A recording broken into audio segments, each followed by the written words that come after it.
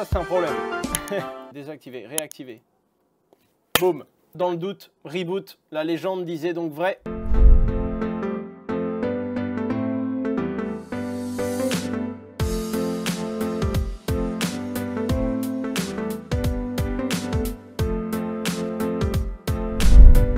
Les gars, il y a un soleil de fou furieux, même à Metz, pour vous dire. J'ai vu des gens, ils sortaient dehors et ils prenaient des photos du ciel, tellement ils n'ont pas l'habitude de voir de la lumière ici. Et moi, je suis blanc comme un bidet et j'ai passé mon samedi après-midi enfermé dans ce bureau à bosser. Salut Asher, est-ce que tu as déjà entendu parler d'Injective Protocol? Non seulement j'en ai entendu parler, mais je pense même que j'ai été l'un des premiers à parler d'Injective Protocol.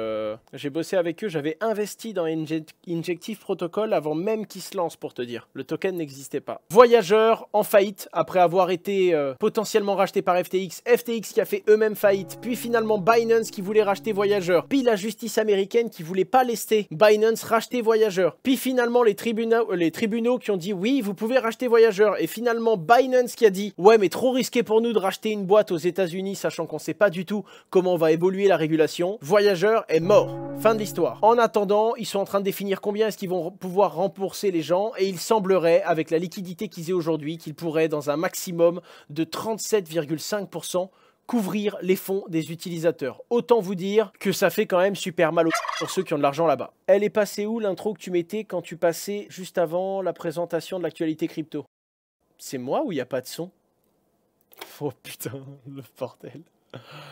Écoutez, les amis, il s'est passé un truc de ouf, chute spectaculaire de 30% du token multi. Alors multi-chain, qu'est-ce que c'est? C'est un bridge. Les bridges sont très utiles parce qu'ils permettent de faire passer des crypto-monnaies d'une blockchain A à une blockchain B, C, D, E, bref. Le bridge multi a eu un problème. Je sais pas s'il est réglé depuis, mais c'était pas réglé vendredi quand je suis passé sur BFM. C'est-à-dire qu'en gros, tu fais passer ta crypto-monnaie dans le bridge pour l'envoyer sur une autre blockchain et la crypto n'arrive pas. Alors au début, très vite, l'équipe de multi-chain a communiqué en disant que c'était un problème, ils vont faire une mise à jour et les validateurs vont corriger ça, les nœuds pardon vont corriger ça, et ça n'a pas été fait. C'est-à-dire que ils ont recommuniqué tout de suite après pour dire bon en fait c'est pas un problème de mise à jour, on ne sait pas d'où vient le problème et c'est une situation exceptionnelle, on n'a pas encore de solution pour l'instant. Et là, tout de suite, grosse panique, et il s'est passé quelque chose de particulier. C'est-à-dire que la fondation Phantom, la blockchain Phantom, que vous connaissez peut-être, a retiré massivement de la liquidité de multi-chain. Et donc, il y a plein de gens qui ont dit attends, c'est flippant quand même.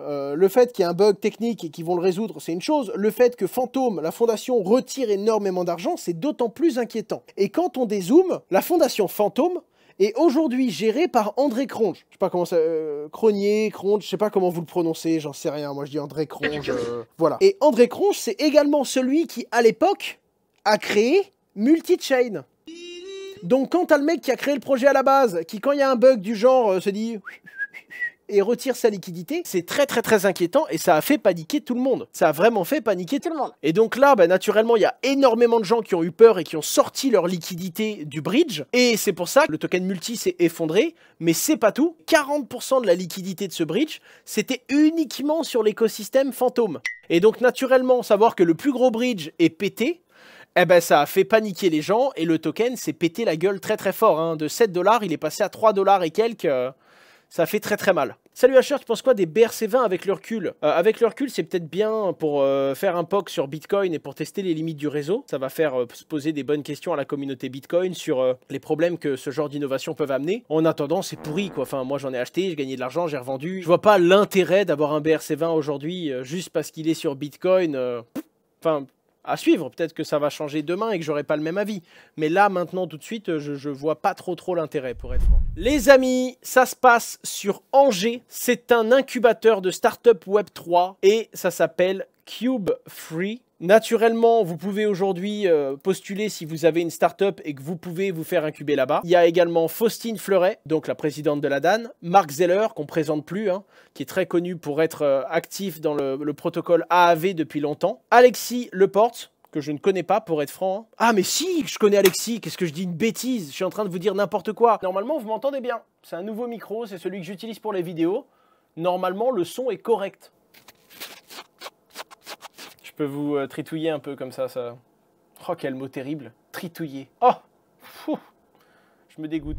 Bitpanda qui s'associe à Coinbase pour apporter de la liquidité sur son produit Technology Solution. Bon, pour faire très simple, Coinbase sont en train de quitter les États-Unis petit à petit, ou en tout cas de prévoir des points de relais un peu partout en Europe. D'ailleurs, il me semblait que la loi avait laissé 10 jours à la SEC pour répondre à Coinbase. On n'a pas le fin mot de l'histoire, ça m'intéresse beaucoup. En attendant, voir Coinbase qui se rapproche de Bitpanda, pas très étonnant, Coinbase prend de la place de plus en plus en Europe et en France, notamment avec son stablecoin USDC de Circle. Asher, trouve-nous une orbe française. Il n'y en a pas pour WorldCoin. On va en parler d'ailleurs. D'ailleurs, c'est la prochaine vidéo sur ma chaîne principale, les gars. Salut Asher, je comprends pas pourquoi tu ne parles plus de UOS. Alors, comme je l'ai dit au début, les amis, j'ai parlé au total en 6 ans sur Internet et sur YouTube de peut-être 300, 400, 500 crypto-monnaies. Quand je fais un live d'1 heure, hop, j'ai donc 60 minutes. Dans ces 60 minutes, on va dire 10 minutes de bonjour, ok, et on va mettre derrière 20 minutes, allez peut-être même 30 minutes d'actualité blockchain et crypto. Il me reste donc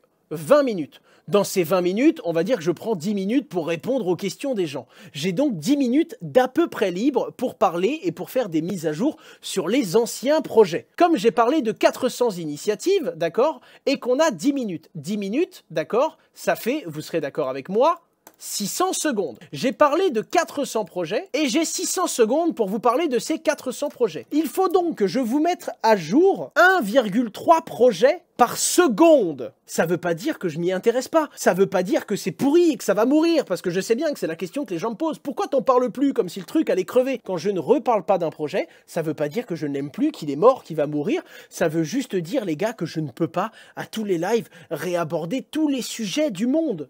Vous comprenez? Et je sais que vous avez l'habitude de beaucoup d'influenceurs qui vous disent « Achetez ça, ça va monter, vendez ça ». Je suis pas comme ça, je fonctionne pas comme ça, c'est pas dans mes valeurs. Si on veut parler d'une initiative, on doit parler des risques, on doit la suivre, on doit prendre le temps de le faire. Et pour mettre à jour sur un projet, il faut prendre le temps de faire ses diligences, de crever...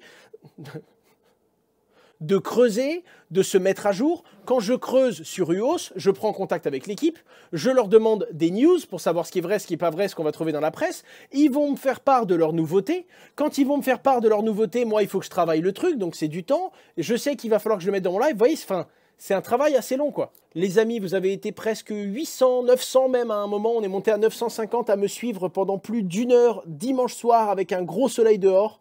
Comme d'habitude, j'ai beaucoup de chance de vous avoir. Merci à vous tous.